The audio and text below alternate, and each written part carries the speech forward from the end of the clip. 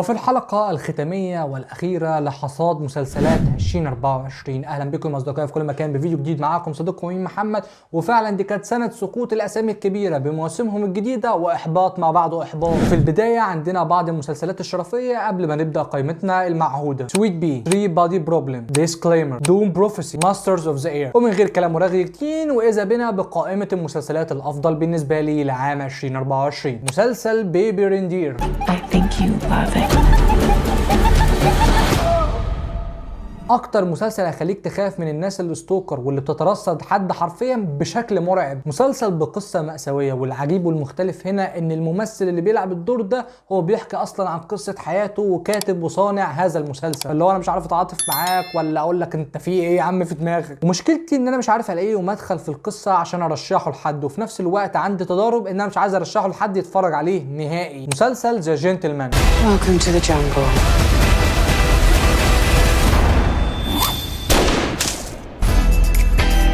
مسلسل للمخرج جاي ريتشي اللي مشتق من فيلمه ذا جنتلمان اللي كان نزل وسبق معانا في 2019، ولكن المسلسل ده بأبطال جدد وقصة مختلفة تماما عن قصة ايدي اللي بيورث من ابوه امبراطورية حشيش ضخمة، فبندخل معاه في رحلته داخل عالم الجريمة السفلي، مؤامرات ومطاردات في 8 حلقات بشكل ممتع ورائع. مسلسل صلة رحم. اي حد ممكن يأذي ليلى انا هأذيه لو مش هيسيبني اكمل اللي انا عايزه.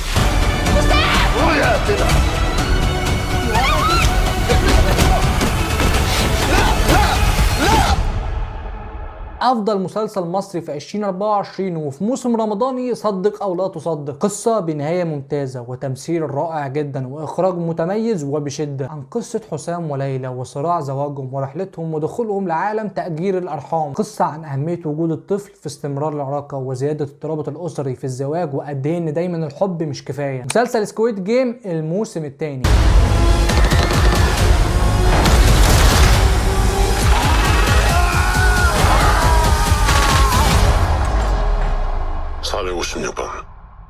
게임에 돌아온 걸 환영하네.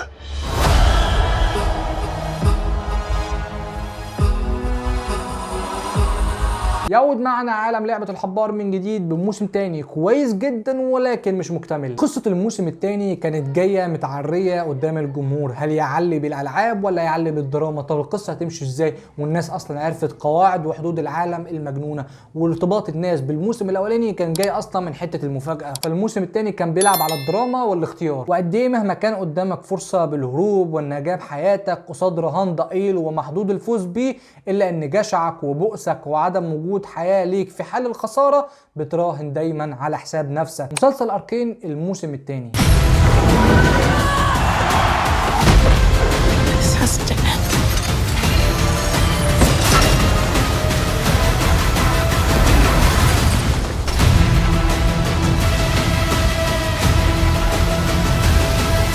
عودة ملحمة الانيميشن الكبرى في عالم ليج اوف ليجندز، عودة فاي وجينكس، فاندر وسيليكو وجيز وفيكتور بموسم تاني في اولى حلقاته هيخضعك لاقصى حد، وهتقول في نفسك شكل انبهارنا بالانيميشن مش هيخلينا نندمج في محور الاحداث، ولكن يا الهي والقفله مفيش لا اجمل ولا اروع من كده. مسلسل برسومد انيسنت. I did not kill her. I did not kill her. I did not kill her. Do you swear to tell the truth, the whole truth, and nothing but the truth, so help you God? مسلسل جريمة وغموض ودراما عن جريمة بتحصل لمحامية في مكتب الادعاء العام في مدينة شيكاغو، وبيتم الاشتباه في زميلها نتيجة علاقة سابقة ما بينهم. من مميزات العمل ده هو الشك في الجميع، لدرجة ان انت ممكن تكره الشخص اللي بيعمل الحاجة الصح ولكن انت شايفها بطريقة غلط، وممكن تحب الشخص اللي بيعمل اصلا الحاجة الغلط ولكن يا عيني انت لسه متعاطف معاه. تمثيل جيد جدا، وفعلا عودة جيك جيلنهال على الساحة من جديد. مسلسل فول اوت. Everyone wants to save the world, they just agree on how.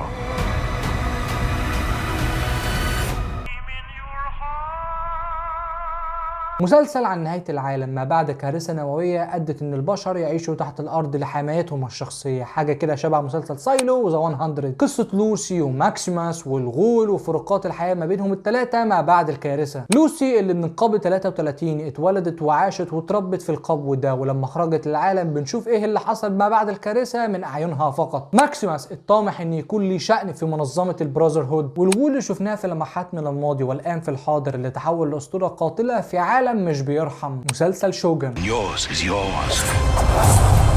If you can't see that, you'll never be free of this prison. It is you who is imprisoned. Freedom is all you ever live for.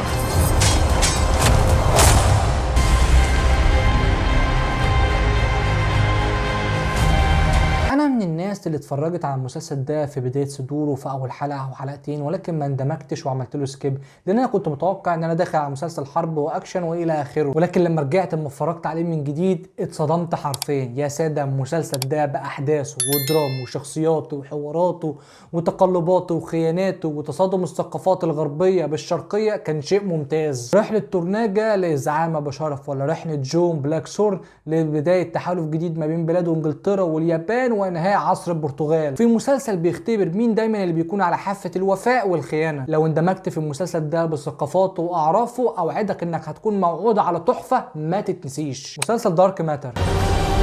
Do it now. Tell me love. And I can never go home.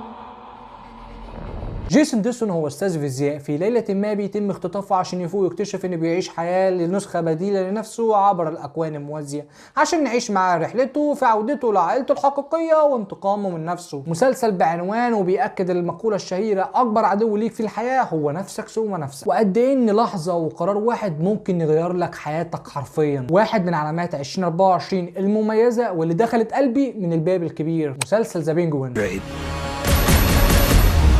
I got ambition. I can help you. Hey! Feel alive, Vic, huh? Feel your heart beating?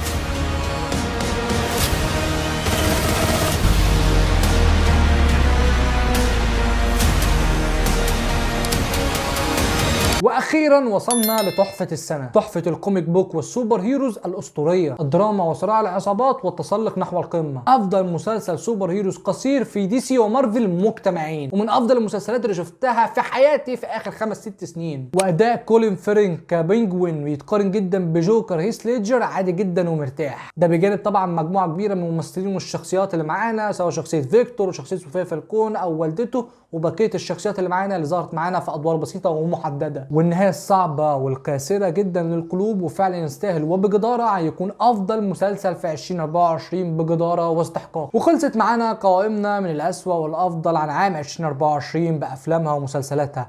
كان معكم محمد على امل رؤيتكم في حلقات قادمه. سلام.